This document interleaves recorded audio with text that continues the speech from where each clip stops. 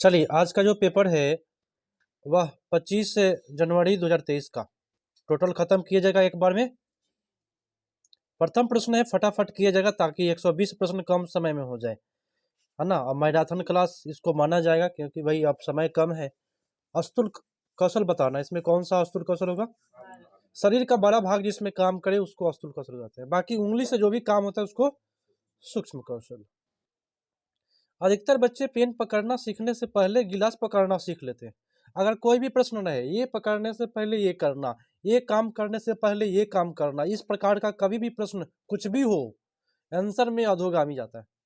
ठीक है, हाँ, ये कभी बदला है नहीं और नहीं बदलेगा। मैं आपको बता देता हूँ, ये काम करने से पहले ये काम, स्कूटी चलाने से पहले साइकिल चलाना ना, तो अधोगामी होता है। अगला प्रश्न, बहुत छोटे बच्चों के लिए निम्नलिखित में कौन सी संस्थाएं सामाजिकरण की प्राथमिक संस्थाएं हैं? चलिए बहुत अच्छा। अगला है कि जीन पियाजे के संज्ञानात्मक विकास सिद्धांत के अनुसार बच्चे किस चरण में निगनात्मक रूप से सोच सकते हैं? निगनात्मक सोच, औपचारिक। अब वही रहता आगनात्मक तो मूर्त में जाता, और निगनात्मक हो गया तो औपचारिक। मैं आपको ट्रिक बताया हूं टैग वर्ड में। ठीक है, चलिए अगला प्रश्न है। प्रश्न कहता है कि 5 वर्षीय रीना दो पारदर्शी समरूप गिलास, एक सेकेंड कहता है कि 5 वर्षीय रीना दो पारदर्शी समरूप गिलास दिखाए, माने दोनों गिलास जो है वो एक ही जैसा है। ठीक है, जो दोनों ही आकार में छोटे और चौड़े थे, दोनों में बराबर मात्रा में दूध डाला गया, जिससे दिखाने पर रीना के बराबर होने की सहमति जताई। फिर एक गिलास दूसरे को अन्य गिलास में डाला गया जो अपेक्षाकृत लंबा और संकीर्ण था। माने इसी गिलास को लंबा में जब डाल दिया गया तो पतला था ना। अब रीना का मानना है कि लंबे गिलास में छोटे गिलास की अपेक्षा दूध ज्यादा है। आप समझ सकते हैं, इसी गिलास का दूध उसी गिलास में डाला गया लंबा वाला में, तो रीना का रेखा ना उसमें ज्यादा है। तो इस प्रकार में जो होता है वह कैसा सोच होता है जानते हैं? हाँ, विकेंद्रीकरण में उसको कठिनाई है। और ये जो होता है वह पियाजे के पूर्व संक्रियात्मक अवस्था 2 से 7 वर्ष में होता है। ठीक है, चलिए आगे बढ़ते हैं। अगला प्रश्न है कि अणु का तर्क है कि केवल समाज ही तय कर सकता है कि क्या सही है ना, व्यक्तिगत रूप नहीं। लॉरेंस कोलबर्ग के नैतिक विकास सिद्धांत के अनुसार उदाहरण किस चरण में है? जब समाज ही तय करेगा तो समाज को कौन मानता है? हाँ, अधिकार एवं सामाजिक क्रम व्यवस्था अभिविन्यास। इसमें कानून की बात नहीं है, लेकिन इसमें देना चाहिए था इसमें कानून भी, क्योंकि अधिकार कानून के अंतर्गत आता है। सामाजिक क्रम अभिविन्यास आपका उत्तर 6 का सी पर जाएगा, कोई दिक्कत नहीं। चलिए ऐसे आता है परंपरागत लेवल में। लेई वाइगोस्की के विचार के अनुसार निम्नलिखित में विद्यार्थियों में अधिगम को पार प्रदान करने की कौन सा तरीका सही है? पार बोले तो थोड़ा सा सहायता, तो संकेत इशारा। मैं आपको टैग वर्ड बताया हूं कि कभी भी पार आए संकेत इशारा मारेंगे, कहीं भी दिक्कत नहीं होगा। ठीक है, चलिए आपका उत्तर सी पर। लेई वाइगोस्की निम्नलिखित में से किसे बढ़ावा दिया? चलिए सहयोगात्मक अधिगम को, ये भी मैं टैग वर्ड में रखा है ना। देखिए टैग वर्ड जो लोग लिख लिए हैं, जो लोग याद है, अधिकांश वैज्ञानिक सही जाएगा आपकी बार। ठीक है, एक प्रगतिशील कक्षा में अधिगमकर्ताओं को किस तरह समझा जाता है? जब भाई प्रगतिशील है तो क्या होगा? सक्रिय होगा ना, निष्क्रिय तो नहीं होगा। व्याख्या नहीं, केवल लिखा हुआ यहाँ अक्षम वर्ड है तो सक्रिय वाला मारेंगे। ठीक है, अगला है कि रजनी देखी गई वस्तुओं के मानसिक चित्र और परिवर्तन में बहुत कुशल है। हार्वर्ड गार्डनर के बहुबुद्धि सिद्धांत के अनुसार वह किस प्रकार की बुद्धि दर्शाती है? स्थानिक बुद्धि। देखिए चित्र बनाना, मूर्ति बनाना, ये स्थानिक बुद्धि के अंतर्गत आता है। ठीक है, उत्तर सी पर जाएगा। जिया पानी खूब अच्छा से चला के, है ना, गर्म निकले तब लाना। देख रहे बोतल किधर है। अगला प्रश्न है, मूर्तिकार सब स्थानिक आएगा। हाँ, मूर्ति और चित्रकार स्थानिक, दोनों साथ में देता है सब। एक और है इंजीनियर है, हाँ, वो भी स्थानिक है कि कहाँ घर कैसे कैसे रूम होना चाहिए, जिसको स्थान का ज्ञान हो। अब पता चले कि नाला ऊपर बना दिया, रोड नीचे, तो स्थानिक बुद्धि नहीं हुई।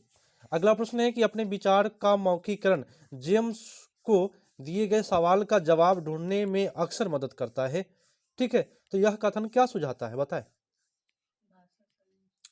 भाषा संज्ञान को सुसाध करता है, माने भाषा जो है वह ज्ञान को सुधारता है या सुसाध करता है। ठीक है, उत्तर आपका सी पड़ जाएगा, कोई दिक्कत नहीं। फर्स्ट में नेगेटिव है और बी में आपका जिम्मेवार है। ये जिम्मेवार क्या होता है, कुछ नहीं, देरी आ सकती है, यहाँ देरी है।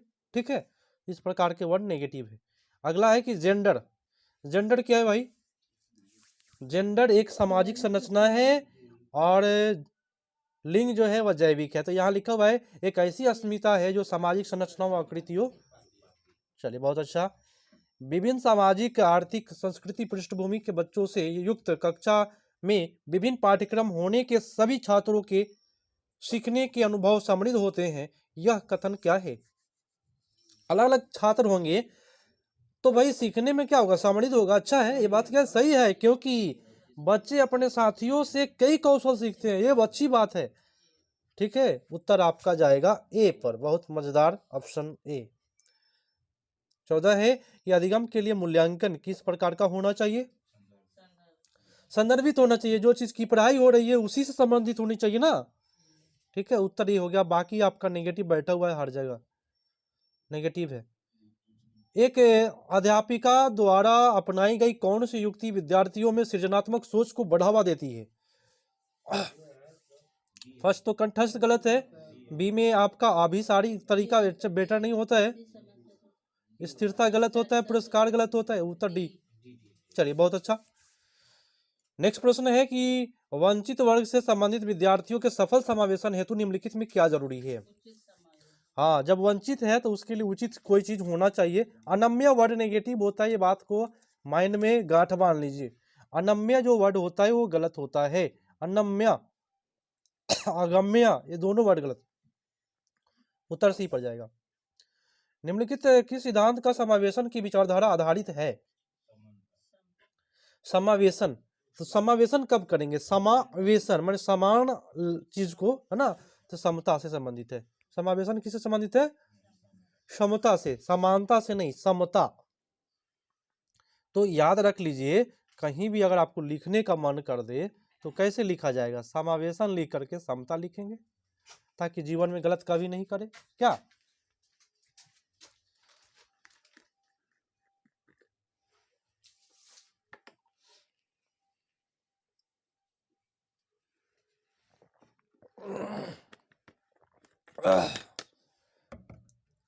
चलिए अगला प्रश्न है कि अवधान न्यूनता अति क्रियाशीलता विकार, ये एडीएचडी इसी को बोलते हैं, अवधान न्यूनता अति क्रियाशीलता विकार। मतलब जानते हैं, किसी बच्चा का एक जगह दिमाग ज्यादा देर तक नहीं टिकता है और किसी को तुरंत जो है वह चींटी काट ले, मार दे, इस प्रकार का काम करता है। ना बहुत सचेत होना, उससे क्या जरूरी है? ना आप ठीक बोले हैं, डी होगा। सचेत तो बहुत गलत हो गया। यहाँ आकुल होना बोले तो वह आवेगशील रहता है, किसी को मार देता है, आकुल। ठीक है, बहुत अच्छा, डी पड़ जाएगा। अगला है कि सृजनात्मक विद्यार्थियों के बारे में निम्नलिखित में क्या सही है? सृजन बोले तो क्या? निर्माण करना, और निर्माण बोले तो क्या? नया ही निर्माण करता है, वे नवीन मूल विचार सुझाते हैं, यही ना होगा। उत्तर बी पड़ गया। स्वलीनता कई प्रकार के क्षेत्रों में चुनौती पैदा करती है, फिर भी स्वलीन से जूझते विद्यार्थियों निम्नलिखित में से कौन सा सामर्थ्य होता है जिसका अध्यापिका सदुपयोग कर सकती है? स्वलीन जानते हैं, माने पबजी खेल रहा तो उसी में लीन है, आप उसको चाल करिए, बुलाइए, लेकिन वो अपने में लीन रहता है। लेकिन उसमें एक अच्छा गुण हो सकता है कि व्यापक तथ्यात्मक जानकारी प्रतिधारण रहता है। अगर पबजी खेल रहा है ना तो उसको पबजी से ज्यादा लगाव है और खूब अच्छा से उसके बारे में जानेगा। भले उसको बुलाइएगा तो नहीं आएगा, लेकिन उसके बारे में जानकारी रखता है, इसके वजह से वह किसी की बातों को सुन नहीं पाता है, उसका ध्यान उसी में रहता है। चलिए, विद्यार्थी के प्रभावशील एवं अर्थपूर्ण अधिगम को बढ़ावा देने के लिए एक अध्यापक को किस पर बल देना चाहिए? फर्स्ट तो कंठस्थ है, बी में प्रतिस्पर्धा है, व्यवहार के अनुकूलन सबसे अच्छा है, पाठ वास्तविक जीवन के संदर्भ से होना चाहिए। ठीक है, बहुत अच्छा। निम्नलिखित में कौन सा उपागम विद्यार्थियों के ज्ञान अर्जन की योग्यता को कमतर रखता है? कमतर बोले तो नेगेटिव, निष्क्रिय नकल जो है वह कमतर आंकता है, ठीक है। अगला प्रश्न है कि किसी नए संप्रत्यय को पढ़ाने 22 हो ना गया। किसी नए संप्रत्यय को पढ़ाने के समय अध्यापिका को विद्यार्थियों के पूर्व ज्ञान को सक्रिय करना चाहिए। अच्छी बात है, पहले का ज्ञान कुछ तेजाइए है ना, इस तरह से पिजा दीजिए ना, कहते हैं कि रेती पे जाते हैं पहले भाई, धार लगाते हैं उसमें। और तर्क कहता है कि अधिगम अधिक प्रभावशाली होता है जब विषय वस्तु जानकारी असंबंधित खंडों के रूप में प्रस्तुत किया जाए। ये हो गया काम से असंबंधित खंड। तो 23 का आपका जो है वह केवल ए सही जा रहा है और आर गलत जा रहा है, उत्तर सी पर। अधिगम की प्रकृति डैश, अधिगम की प्रकृति डैश और डैश है। हाँ, सक्रिय होनी चाहिए और सामाजिक होनी चाहिए अधिगम की प्रकृति। अगला प्रश्न है, निम्नलिखित में कौन सी युक्तियां समस्या समाधान के लिए प्रभावशाली है, बताए सबसे। अच्छा, तो फर्स्ट तो भाई स्मृति सहायक विधियां, अगर आपको याद है तो आपको एक काम करेगा, ठीक है।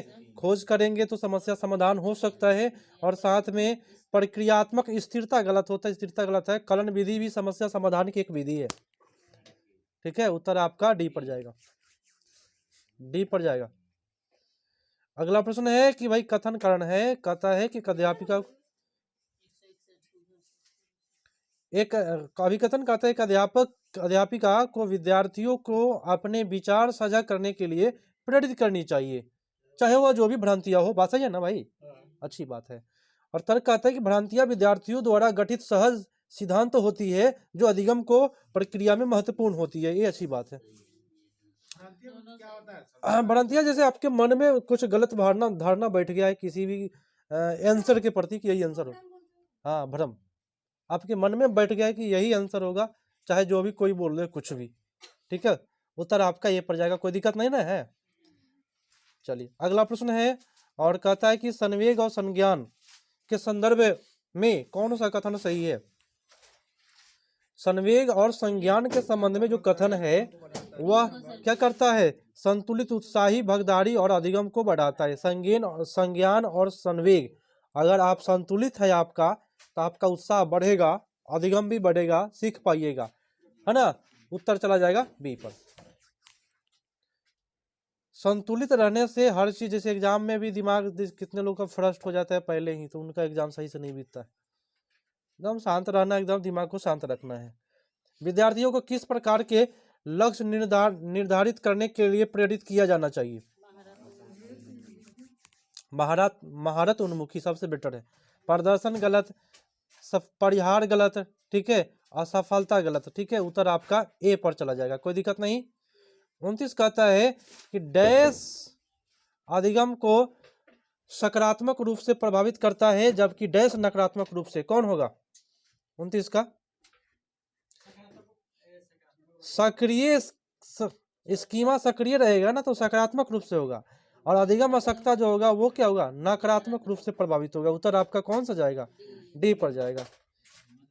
अगला प्रश्न है कि भाई राष्ट्रीय शिक्षा नीति 2020 किस प्रकार के शिक्षा शास्त्र का प्रस्ताव करती है।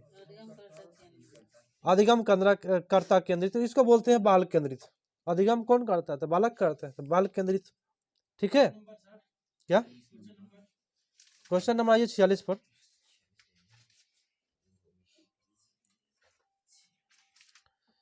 बुरा स्पीड चला है, 13 मिनट में 30 प्रश्न कराए। आइए 46 पर कहता है कि राजू समझता है कि सभी समांतर चतुर्भुज क्या कर, सभी समचतुर्भुज समांतर चतुर्भुज है, लेकिन उत्क्रमण सत्य नहीं है। वैन हीले के चिंतन के अनुसार वह कौन सा स्तर पर होगा, आप लोग बताएं। विश्लेषण बता रहे हैं आप लोग।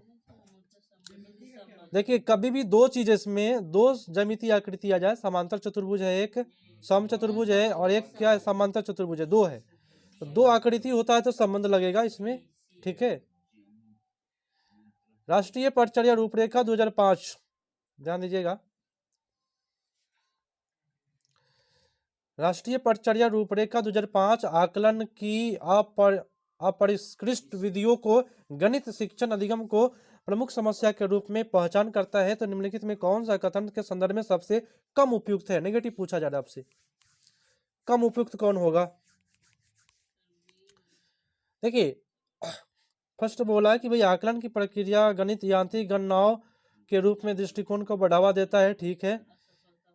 आकलन की आप परिष्कृत विधिया गणित को लेकर डर असफलता का भाव, अपरिष्कृत आप बोले तो ना, नेगेटिव नेगेटिव पॉजिटिव हो गया ना, थोड़ा ध्यान दीजिए। क्या नंबर था 47 था ना। सी कहता है कि गणित में आकलन की विधियां विद्यार्थियों के प्रतिपुष्टि प्रदान करने का व्यापक दायरा, ये गलत हो गया है ना, प्रतिपुष्टि जो है व्यापक दायरा, ये गलत हो गया। अगला कहता है कि गणित अधिगम के दौरान बच्चे की गई त्रुटियां के संदर्भ में निम्नलिखित में क्या सही है, बताए। फर्स्ट सही है कि भाई त्रुटियां बच्चों को अधिगम प्रक्रिया का सूचक है, इसलिए महत्वपूर्ण है, ठीक ठाक है। लेकिन भाई बी में देखिए योग्यता की कमी का सूचक है ना, बोझ बन जाएगी, इस प्रकार के वर्ड क्यों मारेंगे, एक ही ऑप्शन है केवल इसमें। आइए अगला प्रश्न है। प्रश्न कहता है कि निम्नलिखित में कौन सी योग्यता आधारित गणित शिक्षण की विशेषता नहीं है। फर्स्ट बोला अधिगम प्रतिफल स्पष्ट मापने योग्य होता है, अधिगम को आप माप सकते हैं, है ना, प्रतिफल को माप सकते हैं, बात सही है कि हाँ फर्स्ट डिवीजन सेकेंड डिवीजन इस प्रकार का। शिक्षण शास्त्र गणित विधिया अनुभव कला खेल प्रौद्योगिकी के समाकलन पर आधारित है, कौन होगा, बच्चे अधिगम प्रतिफल के अगले स्तर पर बढ़ना और उसे वर्तमान स्तर पर निश्चित स्तर की दक्षता हासिल करने पर निर्भर नहीं करते, ये गलत हो गया, नेगेटिव था, नेगेटिव मारेंगे। अच्छा अगला प्रश्न बताइए जवाब। प्राथमिक स्तर पर गणित शिक्षण के निम्नलिखित में कौन सी शिक्षण विधि अधिगम सामग्री के लिए उपयुक्त नहीं है। हाँ कोण नहीं होता है, अनुपात नहीं होता है, याद रखिएगा, अनुपात और कोण की पढ़ाई प्राथमिक स्तर पर नहीं होता है, याद रखिएगा। अगला प्रश्न है कि एक प्राथमिक कक्षा के गणित शिक्षक बच्चों को समान गुण वाली आकृति का समूह बनाने में तथा फिर प्रत्येक समूह में आकृतियों की संख्या को गिनने में संलग्न रखता है, तो निम्नलिखित में कौन सी विधिया का उद्देश्य नहीं हो सकता है, कौन सा नहीं हो सकता है। फर्स्ट वर्गीकरण का कौशल सिखाना, ठीक है। देखिए क्या कह रहा है, आकृति समूह बनाने के लिए फिर समूह को आकृति संख्या में गिनने के लिए संलग्न रखता है, अनुमान तथा सन्निकट के बारे में सिखाना, ये विधि नहीं है। कौन सा उद्देश्य की विधि, गतिविधि जो है, तो ये विधि नहीं है, आपका उत्तर डी पर ही जाएगा। आगे बढ़े। आज ये राष्ट्रीय शिक्षा नीति सबसे अच्छा प्रश्न होता है। एनईपी न्यू शिक्षा नीति के अनुसार बच्चों को बुनियादी साक्षरता सांख्यिकी, यही ना निपुण भारत स्तर तक पहुंचना एक आवश्यक राष्ट्रीय मिशन बनाया गया है। राष्ट्रीय शिक्षा नीति 2020 के अनुसार बुनियादी सांख्यिकी का अर्थ क्या है, बताएं। क्या करिएगा, देखिए संख्या वाला मारेंगे, क्या मारेंगे, संख्या वाला। नया शिक्षा नीति बोले या निपुण भारत, संख्या वाला मारेंगे। भारतीय संख्याओं के लिए मौलिक गणितीय संक्रियाओं करने की योग्यता, उत्तर आपका बी पर, कोई दिक्कत नहीं। अगला प्रश्न, कक्षा 4 में क्रियाकलाप आधारित विधि द्वारा ज्यामितीय आकृतियों के गुणधर्म के शिक्षण अधिगम हेतु निम्नलिखित में कौन सा उदाहरण सर्वाधिक उपयुक्त होगा।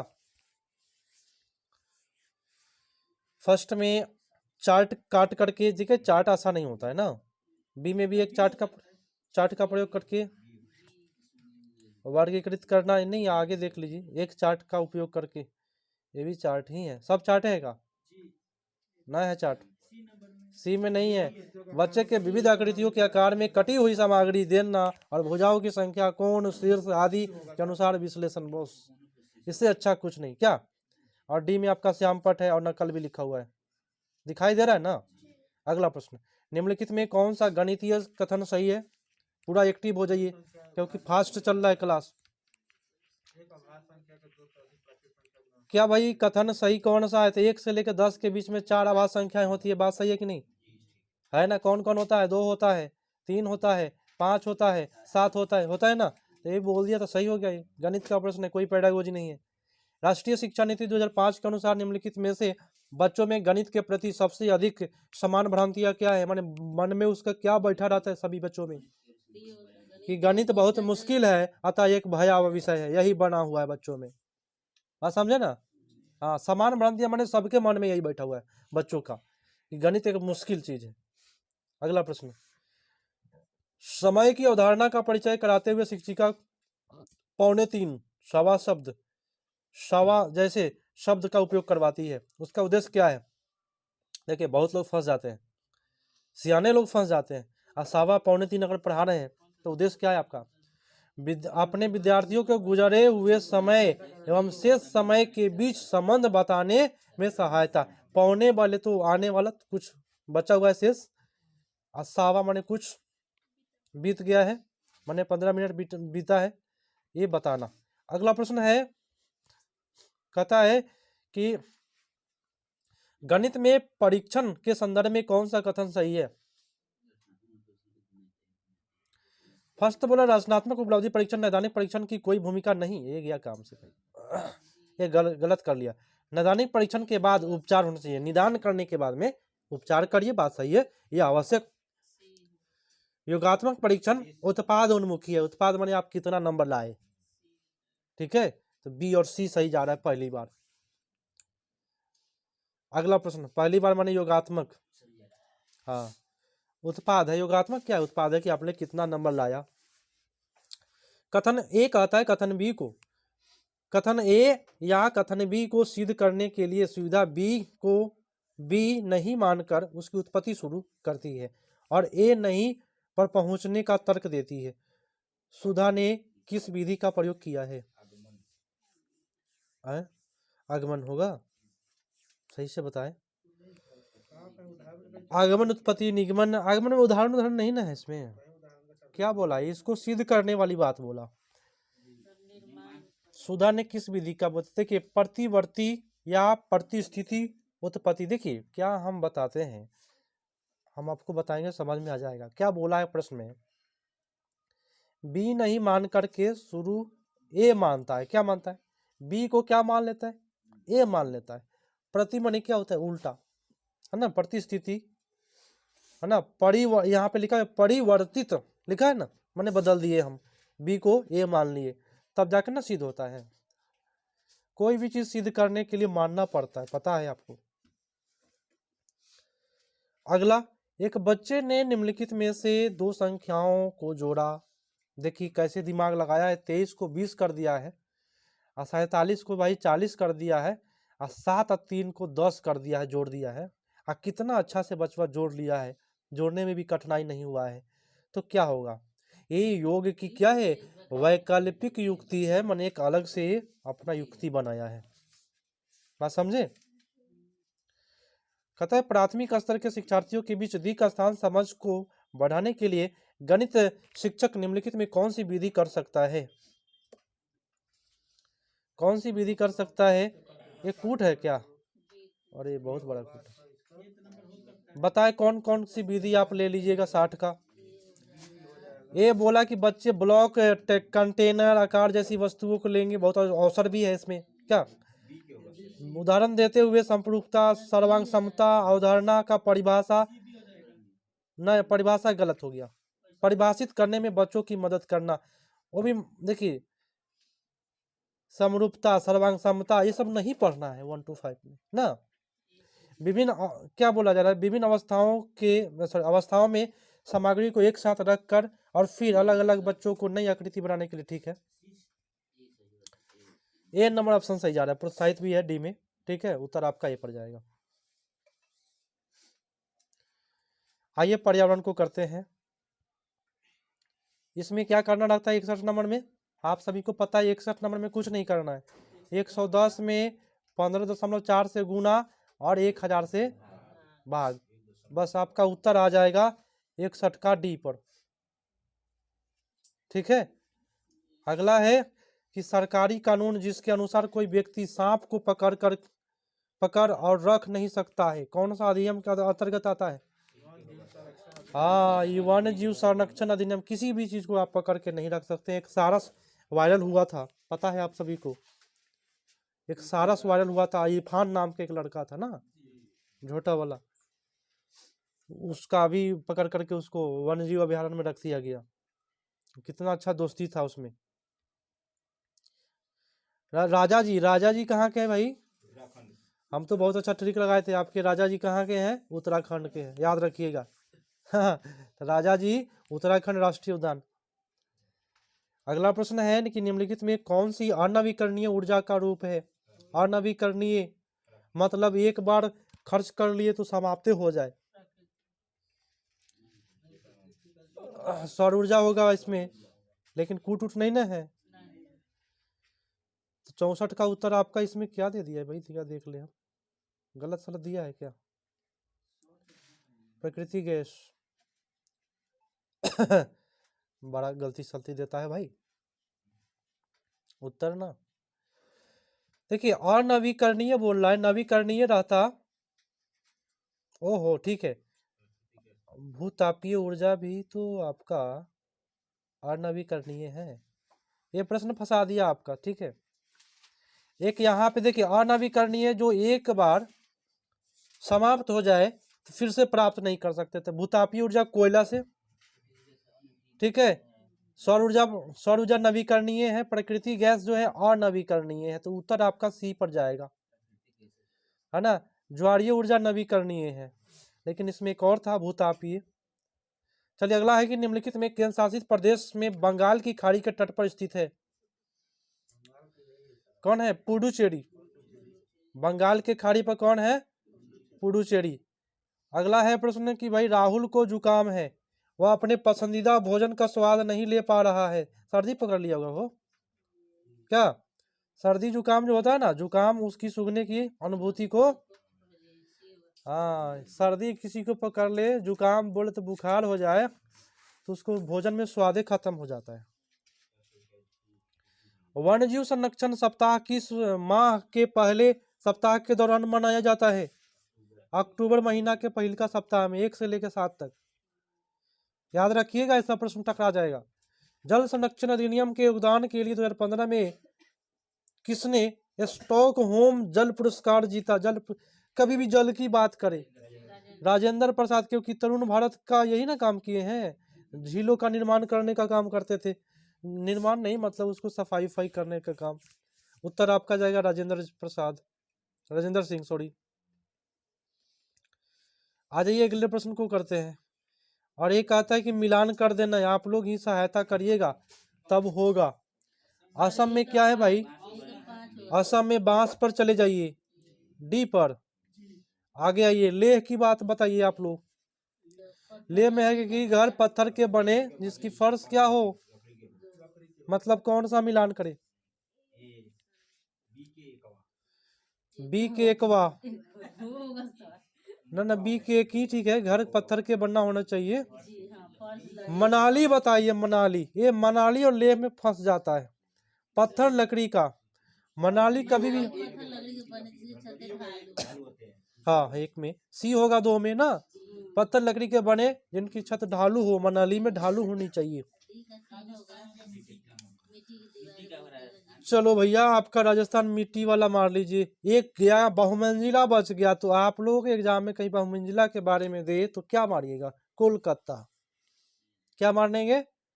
कोलकाता होता तो बहुमंजिला इमारतें होता, ठीक है। चलो भैया अगले प्रश्न पर आते हैं।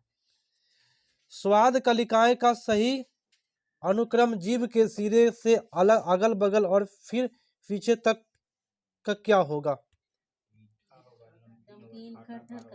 देखिए अगिल का भाग में जो होता है ना, वह कैसा लगता है? मीठा लगता है।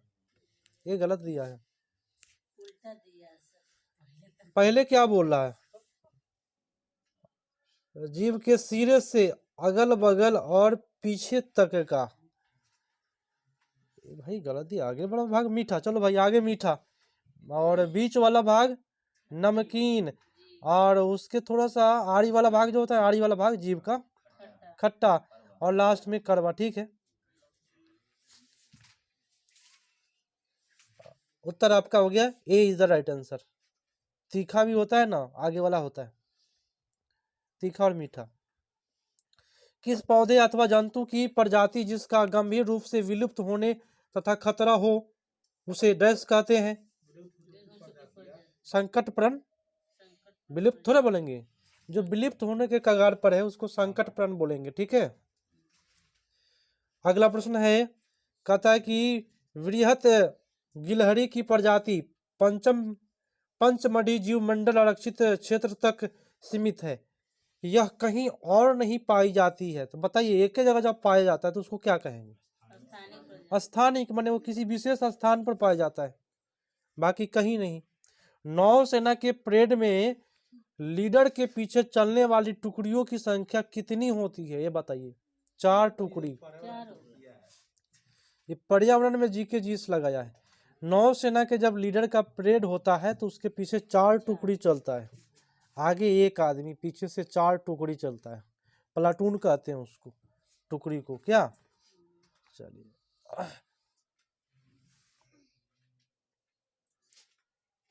उसमें 36 आदमी होते हैं ना, याद रखिएगा। अगला है कि रोहन आम की विभिन्न किस्मों खरीदने के लिए फसलों के मंडी या बाजार में गया। रोहन द्वारा खरीदे गए आमों का समूह को पहचानिए, बताए। कौन कौन आम है भाई? कौन कौन है? देखिए आम जो है इसमें 74 का अल्फांसो आम है, केसरी, केसी, तोतापरी, नीलम, ये आम का प्रकार है। अगला प्रश्न है, कई जनजातियां ऐसे सुस्पष्ट लोग का समूह होता है जिसकी अपनी जीवन शैली तथा संस्कृति होती है। तो जाड़वा जनजाति किस राज्य की है भाई? हाँ, नहीं नहीं नहीं, जाड़वा अंडमान निकोबार की जनजाति है, बहुत हिट है। आप लोग थोड़ा सा जनजाति वाला वीडियो देखिए, और एक बार हम लिखवा देंगे पूरा। सर 5 गो आज का पूछ ही देता है। सर आज थोड़ी क्लियर कर दीजिएगा कि बंगाल खाड़ी पर कौन कौन है। ठीक है, बंगाल की खाड़ी पर आपने पूछा, तो बंगाल के खाड़ी पर मिलता है आपका तमिलनाडु, आंध्र प्रदेश, उड़ीसा। और अरब सागर केरल, महाराष्ट्र, गुजरात। ठीक है, चलिए। विषय आवास से संबंधित पाठ कक्षा 5 के छात्राओं को एक दक्षता की पहचान करिए। 76 में देखिए पेडागोजी है, तो बोला खेत से बाजार से घर की खाद्य पदार्थों की यात्रा का रूपरेखा, मानचित्र की संकल्पना को तथा 2 आयामों के एक स्थान का चित्र से संबंध करना, बात सही है। कक्षा 5 के दक्षता का पहचान करना है। ठीक है, सुनिएगा ध्यान से। तो यहाँ क्या हुआ कि मानचित्र की संकल्पना को 2 आयाम में एक स्थान का चित्र के संबंध करना, माने 2 चित्र दिया हुआ है और उसमें संबंध बताना है, उससे आप उसकी दक्षता की पहचान कर सकते हैं। कभी कभी पेपर में दिया रहता है, कहता है कि अंतर ढूंढे, बड़ा मुश्किल होता है ढूंढना, 10 अंतर ढूंढना रहता है ना। तो इसमें दक्षता की पहचान होती है। अगला है कि खाद्य बोले तो भोजन के संप्रत्यय पर अपने छात्रों का रचनात्मक रूप आकलन करने के लिए आप निम्नलिखित में से कौन सा कार्य चयन करेंगे? फर्स्ट वाला, पक्षी द्वारा खाए जाने वाले विभिन्न खाद्य पदार्थों के चित्र बनाना, ये नहीं होगा। सी, खाद्य पदार्थों से विभिन्न मिथक के बारे में कक्षा में विचार विमर्श करना। मिथक माने कोई भी झूठा बात फैल गया है खाद्य पदार्थ के बारे में, उसके बारे में कक्षा में जो है विचार विमर्श करवाइएगा, अच्छा है। अगला बताइए, पर्यावरण अध्ययन में अवधारणाओं को प्रस्तुत करने की विधियों के चयन के लिए निम्नलिखित में कौन सी सर्वाधिक महत्वपूर्ण कारक है? बताए हो कौन सा कारक है? अवधारणा की प्रकृति, जीवंत अनुभव की समृद्धता, विद्यार्थी की अधिगम प्राथमिकता और वरीयता, कौन सा होगा? सी होगा, अधिगम की प्राथमिकता एवं वरीयता। बच्चों को वरीयता दीजिए, है ना। पर्यावरण अध्ययन के शिक्षण हेतु निम्नलिखित में से किस चरण के समूह चर्चा उपयुक्त विधि है? समूह चर्चा किसका मतलब विधि है, बताइए। देखिए समूह में जब चर्चा करेंगे तो बहुमुखी चिंतन होगा और नवीन साधन में सहायक करेगा, नया चीज बनाने में, कोई भी चीज करने में। ठीक है, कहता है अगला प्रश्न की कक्षा 5 के छात्रों के लिए परिवार एवं मित्र के विषय में एक दक्षता की पहचान करिए। परिवार और मित्र के बारे में। स्थानांतरण तथा विस्थापन में अंतर स्पष्ट करिए। अगर आपको दक्षता का पहचान करना है तो अंतर करने वाला प्रश्न को देंगे। एक और पिछले का आया था, दो स्थानों के बीच में क्या करना, संबंध बताना, अंतर बताना। ये दक्षता पहचान करना है तो ऐसे ऑप्शन मारना है जिसमें बच्चा कुछ बताए। 80 का सी, 80 का बी होगा, बी होगा। 81 आइए,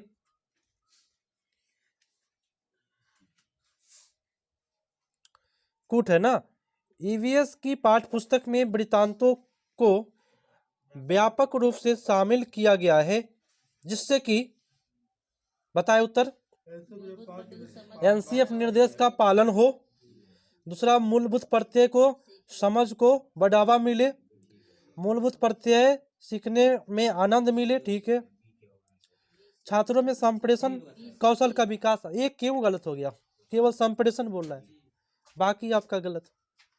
ठीक है, उत्तर आपका ए बी सी, संप्रेषण को ही ले रहा है, बाकी लिखित उखित सब हट गया। निम्नलिखित में कौन सा, देखिए केवल संप्रेषण दिया है, बातचीत ही दिया है, बाकी उसका आयाम जो है पढ़ना लिखना ये सब गायब कर दिया है। ठीक है।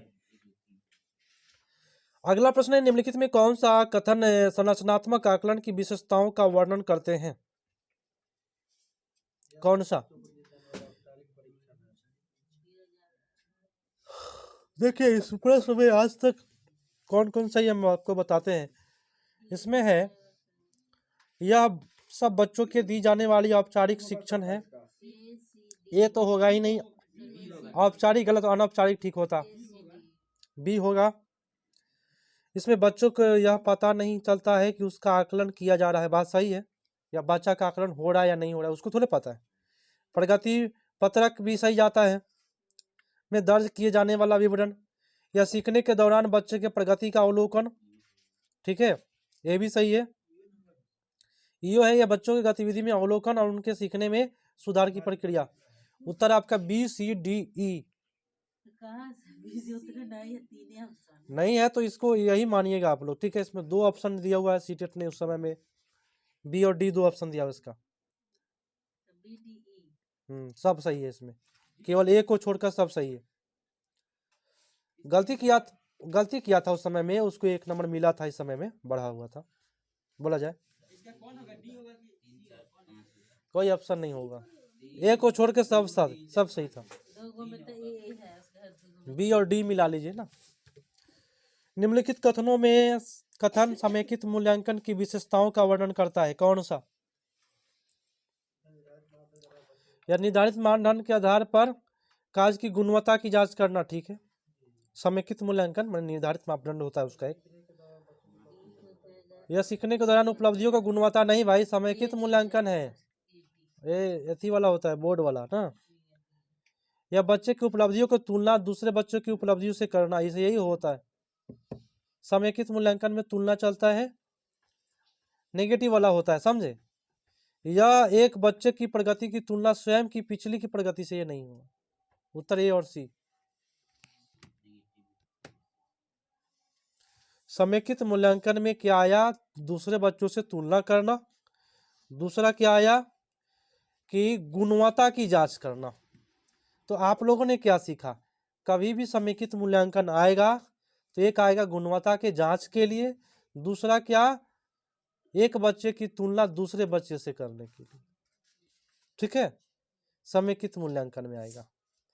राष्ट्रीय पटचर्या रूपरेखा 2005 के अनुसार पटचर्या में सुझाए गए 6 थीम में से कौन सा थीम है, बताएं। आश्रय है। ईवीएस पटचर्या में थीम परिवार और मित्र सम्मिलित करता है, क्या सम्मिलित करता है बताएं। कार्य और खेल।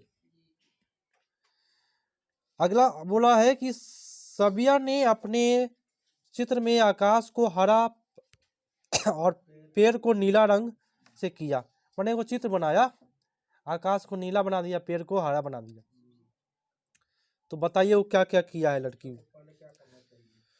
हाँ, तो उसके चित्र सराहना करिए, आप सराहना दीजिए, उसको सराहना दीजिए और पूछे कि उसने इन रंगों को चयन क्यों किया है, उससे पूछिए तो बताएगी क्या, अपना अनुभव बताएगा ना। अगला है कि पर्यावरण अध्ययन पाठ्यक्रम निम्नलिखित में किस प्रकार संगठित है। 87 का, यह निकटस्थ परिवेश में प्रारंभ होकर व्यापक पर्यावरण तक, ये ठीक है, मैंने निकट से शुरू होता है परिवेश से और व्यापक तक जाता है। बी गलत है क्या, व्यापक रूप से प्रारंभ होता है, व्यापक से नहीं होता है, निकट से शुरू होता है। यह स्वयं रूप से बच्चे प्रारंभ और स्वयं रूप से व्यापक संदर्भ तक, ये ठीक है। उल्टा नहीं करना है, पहले व्यापक नहीं, व्यापक बाद में, ठीक है। व्यापक मैंने थोड़ा सा उसका विस्तृत हो जाएगा। C option. 88 बताइए, निम्नलिखित में कौन से कथन बच्चों के पर्यावरण सीखने के बारे में सर्वाधिक उपयुक्त है। अकेले नहीं सीखता, ये गलत है। प्रयास में बच्चे, अंतःक्रिया ठीक है, दोस्त से भी ठीक है, व्याख्या गलत। बीसी। 89 बता दीजिए।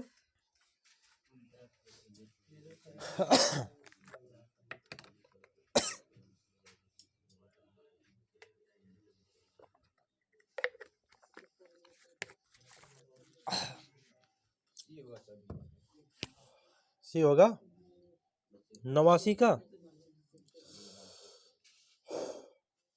नहीं 89 का सी नहीं है, देखे सही से।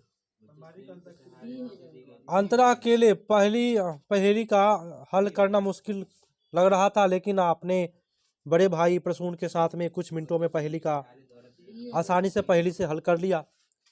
तो क्या हो सकता है, ये बी होगा भाई, सहारा मिल गया उसको, स्केप फोल्डिंग पार मिल गया उसको, स्केप फोल्डिंग बोले तो पार। और उसका जो भाई है प्रसून, उसको थोड़ा सा संकेत दे दिया, बता दिया, सहारा दे दिया। प्राथमिक स्तर पर ईवीएस पाठ्यक्रम इस तरह से व्यवस्थित किया जा सकता है, शुरू किया जा सकता है, मतलब बताए, व्यवस्थित किया जा सकता है किस तरह से। वैश्विक संदर्भ में क्या करिएगा, स्थानिक छोड़ दीजिए, अब वैश्विक पर चले गए आप। सीखने के तत्काल परिवेश मानेंगे। अगर आप टीचर है, ठीक है, तो सामने में जो चीज दिखाई जा रहा है उसी के बारे में पढ़ाइए, उसी का उदाहरण दीजिए, ठीक है। आइए हिंदी पर, चलिए हिंदी थोड़ा सा मजेदार तरीका से, काफी फास्ट चल रहा था। कथन क्या है इसमें, गद्यांश है ना। वहां मैं भली से भोली भीली, सॉरी वहां मैं भीलों से मेरी जनजाति है मिला, जो अपना दुखड़ा सामने दूर से बड़ी संख्या में आए थे, दूर दूर से। मुझे बताया गया कि मक्का वहां की प्रमुख फसल है, जो पूरी तरह नष्ट हो गई है, जो भील जनजाति आया था।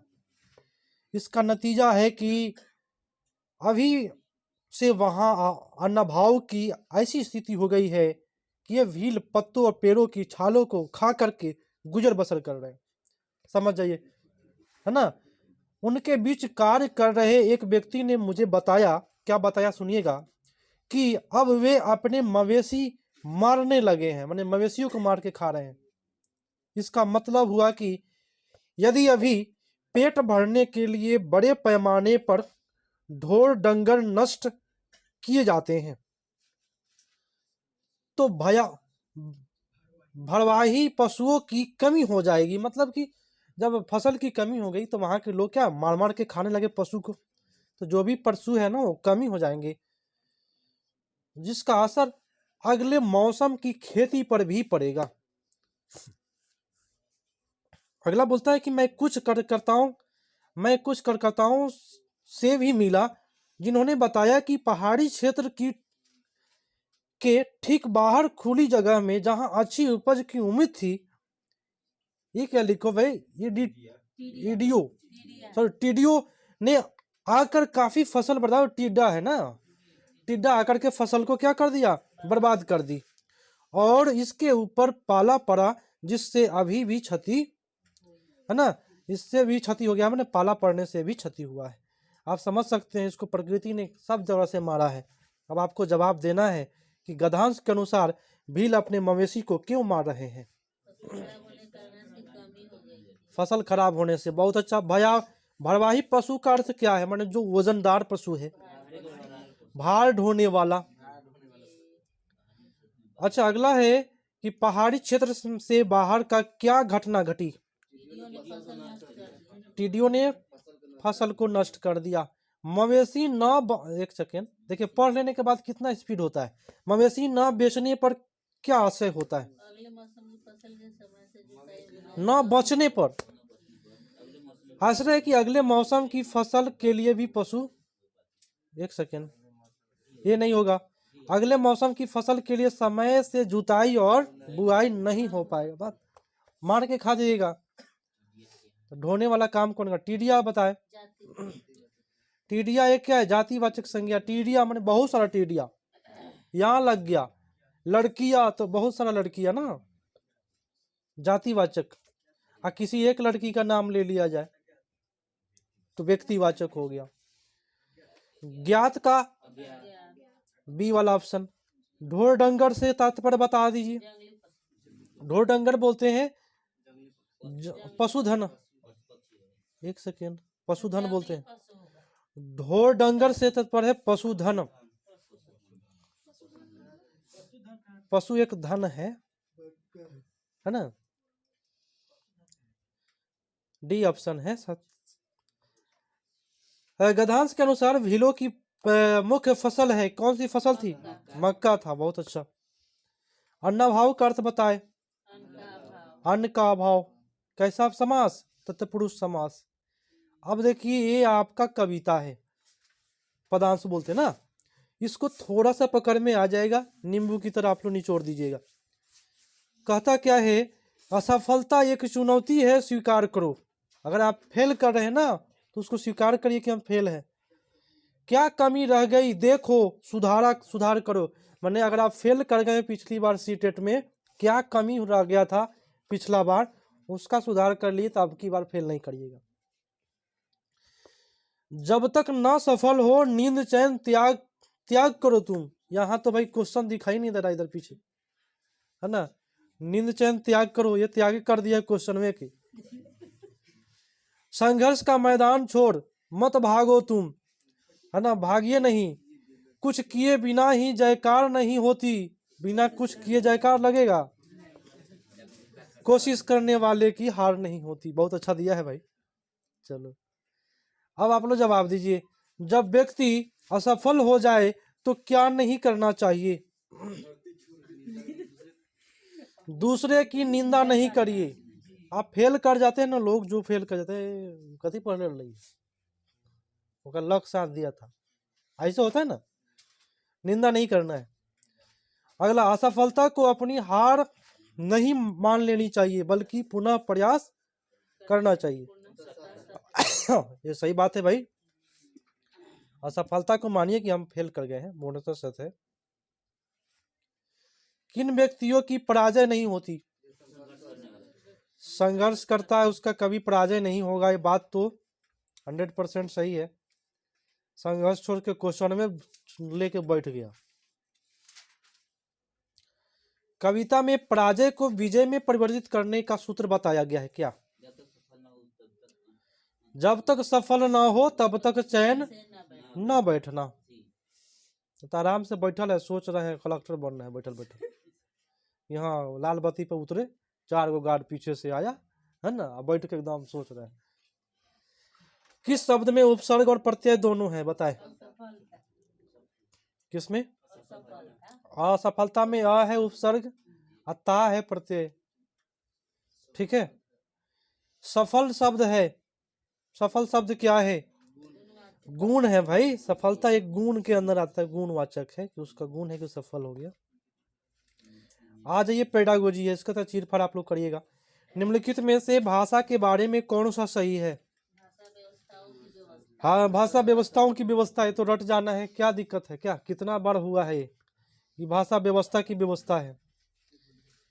एक बालिका अक्षरों और ध्वनियों को इस प्रकार से उच्चारित करती है जिसमें आभास होता है कि वह पढ़ने का प्रयास कर रही है, तो यह किन रूप में जाना जाएगा? अर्थापन करना ना, अर्थग्रहण के लिए पठन नहीं। ये क्या बोल रहा है? प्रयास कर रही है। अर्थापन माने अर्थ लगा रही है, डिकोडिंग कर रही है, अर्थ लगाने का प्रयास कर रही है।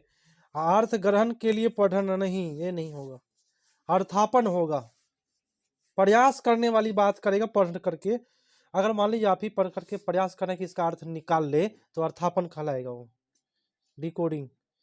कक्षा में द्वितीय भाषा का अध्यापक अध्ययन करते हुए एक अध्यापिका विद्यार्थियों को अंतः क्रिया करने एवं एक दूसरे को समझाने की दृष्टि से अपने घर की भाषाओं में प्रयोग की स्वतंत्रता देती है। यहाँ पर अध्यापिका किस युक्ति का प्रयोग कर रही है?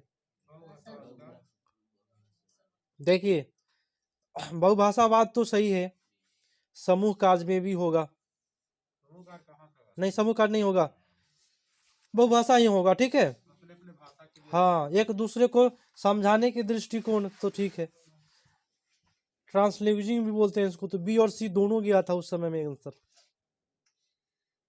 अगला है कि राष्ट्रीय शिक्षा नीति 2020 के द्वारा बुनियादी चरण की अवधि क्या है? हाँ, 1 से लेकर के 3 वर्ष के बच्चों का क्या करना है, लेकिन लिखा जा रहा है 20 की शिक्षा नीति है हो। बुनियादी चरण की अवधि क्या है? तो 2020 का है ना, 5 वर्ष तक है। 5 वर्ष नहीं ना है सर, इसका भी 3 ना है। नहीं नहीं, सुनिए ना बात हमारी। बुनियादी स्टार्टिंग निपुण भारत का लक्ष्य है पहला से लेकर तीसरा तक, लेकिन बुनियाद बोलते हैं 1 to 5 को, वही बुनियाद तैयार होता है वहां से। तो ये बोला गया बुनियादी चरण 1 to 5 है। हाँ, नया आ गया है एक नीति 3+3 कुछ है ना, 5+3+3 है ना, ये है। निम्नलिखित में कौन सा स्रोत बच्चों में भाषा विकास का स्रोत है? बताए। फर्स्ट में बोला कि बच्चों द्वारा दूसरे की बोली भाषा पर ध्यान देते हैं गर्भावस्था में के दौरान। माँ नहीं, ये नहीं होगा। बच्चे को जन्म देते समय माँ द्वारा बोली जा रही भाषा, जो माँ जो भाषा बोलेगी ना वही सीखेगा, वही कहते हैं कि भाषा जन्मजात होता है ना, अर्जन, तो वही ना जन्मजात से हो गया चौमस्की समय। नहीं सर, सही नहीं होगा। देखिए आंसर आपको ये सही नहीं है, लेकिन ये आंसर संकेत कर रहा है कि भाषा अर्जन करने की जो क्षमता होती है वो जन्मजात होती है, लगने से नहीं होगा। बोलते बोलते मेरा हाँ। अगला, एक बालिका ने अभी हाल ही में बुनियादी चरण में प्रवेश किया। बुनियादी माने, अरे बोलिए 1 to 5 है ना, प्रवेश किया। इसका आंसर लेकिन किसी दूसरे सेट में डी दे लेगा। ठीक है, अगला प्रश्न हाँ ये क्या था ये? हाँ, दीवार और फर्श पर इस तरह की आड़ी तिरछी लकीरें खींचता है। मैंने जब लड़कवा से जाता है ना, देखिएगा प्राथमिक विद्यालय में दीवार पर कुछ कुछ लिख दिया रहता है, जिनका आकार प्रतिरूप नहीं है, मैंने कुछ आकार नहीं है, तो बच्चों का यह विकास के इस कार्य को किस रूप में जाना जाएगा? बताए। हाँ, आरंभिक साक्षरता बोलते हैं उसको। हाँ, बच्चा जब घसता है ना, और कलम दे दीजिए और घस रहा है तो उसको आरंभिक साक्षरता कहते हैं, शुरुआती है उसका। अगला प्रश्न है, निम्नलिखित में कौन सा कथन भाषा अधिगम के बारे में सही नहीं है? 112 का बताए। बच्चे के साथ साथ कई भाषाएं सीखते हैं, बच्चे साथ साथ कई भाषाएं सीखते हैं, क्या यह सही है? भाषा प्रथम भाषा द्वितीय भाषा के अधिगम में व्यवधान डालती है, बात सही है। अगर आप अंग्रेजी सीखिएगा बोलते बोलते आप हिंदी घुसा दीजिएगा, ये बाधा डालता है। बहुत हिट है बी। और 112 का आंसर, भाषा अर्थपूर्ण संदर्भ में सीखी जाती है, जरूरी नहीं है। भाषा नियम पर निपुणता प्राप्त करने के बाद सीखी जाती है, ये भी गलत हो गया। ओ सुनिए, इसमें नेगेटिव पूछ रहा है क्या? ओहो, डी तो गलत है, अर्थपूर्ण ठीक मान लो भाई, साथ साथ ठीक, ये व्यवधान ही होगा बी और डी। व्यवधान पैदा करती है, नहीं करेगा। लेकिन थोड़ा मोड़ा करता है, लेकिन उतना नहीं। ठीक है, बी और डी। नेगेटिव चुनना था ना। तेरा है कि कक्षा 5 के विद्यार्थी अरुण पेड़ों के बारे में एक अनुच्छेद सुनता है। वह ध्वनि और शब्दों उसके बाद में समग्र विचार बिंदुओं पर ध्यान केंद्रित करता है। तो श्रवण के इस उपागम को क्या कहा जाएगा? 113 का बताए। बॉटम ऑफ उपागम। ऊपर वाला मारेगा, डाउन वाला कभी नहीं मारिएगा, डाउन वाला गलत होता है। बटन अप मारिएगा, बेटर होता है। अगला है कि एक अध्यापिका कक्षा 5 के विद्यार्थियों को तरह तरह के जिह्वा मोड़ करके, है ना, शिक्षार्थियों को क्या करवा रहा है भाई? मोड़ करके मैंने गीत गवा रहा है। तो ये क्या हो रही है? उच्चारण हो रहा है। जब जीभ को जब मोड़ने की काम हो गया ना, मोड़ने का काम, तो उच्चारण से संबंधित हो गया। कोई कोई वर्ड है बिना जीभ मोड़े बोला नहीं पता है। निम्नलिखित में कौन सा संकेत भाषा के बारे में सही नहीं है? नेगेटिव पूछा। संकेत भाषा का व्याकरण नहीं है, गलत है। ये है ना, संकेत जो है भाषा का व्याकरण होता है। सी है, नेगेटिव था। अगला प्रश्न पढ़िए। प्रश्न कहता है कि अध्यापिका अपनी कक्षा में 2-2 के जोड़े में काम करवा रही है। वह अपने वाक्य को एक अनुच्छेद में से एक वाक्य एक अभ्यर्थी द्वारा दूसरे विद्यार्थियों को इस तरह से बारी बारी से पढ़वाती है। माने एक वाक्य है, एक बच्चा से पढ़वाया, फिर दूसरे बच्चे से पढ़वाया। तो बताइए गतिविधि क्या कहलाता है? हाँ, इसको कहते हैं पारस्परिक कहते हैं। माने एक दूसरे से पढ़वाना। हम आपसे पढ़वाए, फिर इनसे पढ़वाए, फिर इनसे। तो एक दूसरे से पढ़वाना क्या कहता है? पारस्परिक श्रुतलेख। ठीक है, याद रखिएगा। एक भारत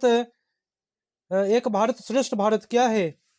एक भारत श्रेष्ठ भारत क्या है? विद्यार्थियों के भारत के भाषाओं संस्कृतियों को समुन्नत करने के लिए भारत सरकार का फ्लैगशिप कार्यक्रम है। ठीक है, पेडागोजी नहीं है। एक अध्यापक अपने विद्यार्थियों के कक्षा और कक्ष के बाहर किए गए अधिगम के उदाहरण संग्रहित करके समग्र आकलन हेतु उनका प्रयोग करती है। तो आकलन की इन प्रक्रियाओं को किस रूप में जाना जाएगा? बाहर की उदाहरण दे रहे हैं आप, तो बाहर का उदाहरण देना पड़े तो क्या पोर्टफोलियो मारिए ना, सब हो जाएगा उसमें। हाँ, रचनात्मक भी है, पोर्टफोलियो है, तो क्या मारिएगा? पोर्टफोलियो मारिए। अगर नहीं रहता तो रचनात्मक जाता। भारतीय संविधान हिंदी भाषा की क्या स्थितियां हैं? हिंदी भाषा की कार्यालयी भाषा है। हिंदी क्या है संविधान में? कार्यालयी भाषा की। सह कार्यालय, सह नहीं है, सह बोले तो अंग्रेजी है। राष्ट्रीय नहीं है, जुड़ाव नहीं है, ये मारेंगे, कोई दिक्कत नहीं। राजकीय रहता तो मारते। अंतिम है, और ये आपका कूट है कि बालिका जब विद्यालय में प्रवेश कर लाती है तो अपनी मातृभाषा के साथ में समाज में बोली जाने वाली भाषा उसकी मातृभाषा से भिन्न है, और विद्यालय में वह माध्यम से अलग अलग भाषा, उनके भाषा अधिगम से समाज में निम्नलिखित में कौन सा कथन सही नहीं है? नेगेटिव पूछ दिया, उससे क्या होगा? केवल एक नेगेटिव है, आप खोज के बताए, क्योंकि कूट एक ही है। क्या लिखा हुआ है? उनकी मातृभाषा दूसरी भाषा उनके विद्यालय भाषा अधिगम में व्यवधान डालेगी। ये गलत बात है। ठीक है, व्यवधान नहीं डालेगा। तो आज का क्लास यहीं समाप्त करते हैं। पूरा 120 प्रश्न हुआ, है ना।